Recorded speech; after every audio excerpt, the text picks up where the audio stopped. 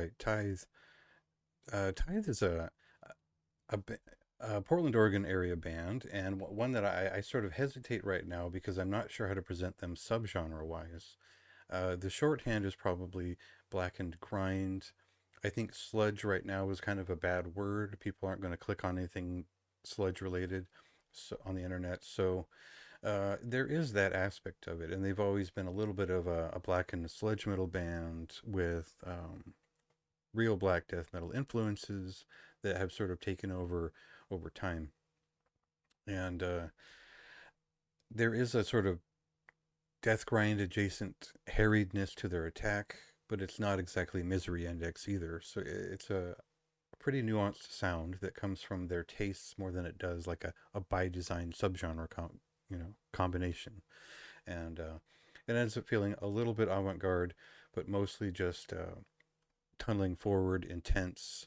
It should read pretty well between the sort of crossover between extreme sludge metal fans and extreme metal fans. Um, I felt like their first record was mostly there. There was a couple little ticks that just bothered me, like using samples and clips around the songs to sort of interrupt the flow of the music. But most people don't care about that. And I think comparisons to something like Lord Mantis and all that don't really reflect very well on how good that album was and what this album is. I think that there's a much closer study of not only death metal, but maybe the more technical aspects of the way rhythms work in blackened death metal and how dissonance can improve a song rather than interrupt it. So we'll get into a clip of Parasite here, which will sort of illustrate that in a meaningful way.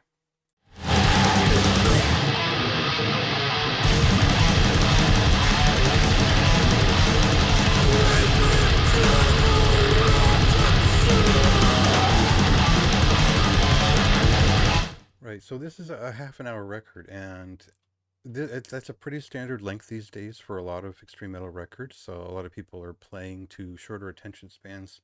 But as I get older, my attention span is longer and longer, and these things seem almost trivial if they're not packed with detail at a half an hour.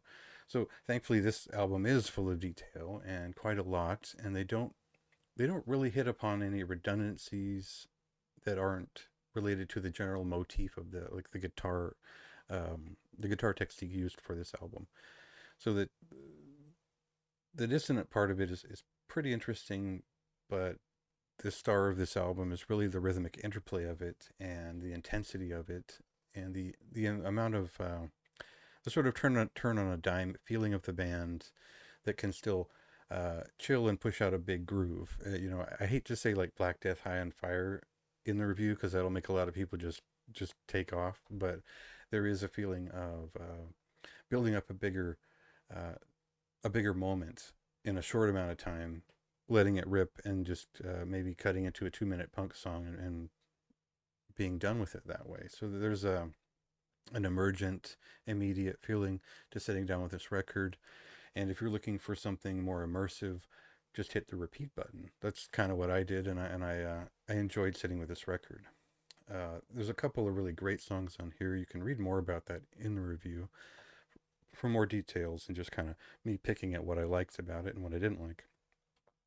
Otherwise, we'll hit another clip and check out the score and see if that's your thing.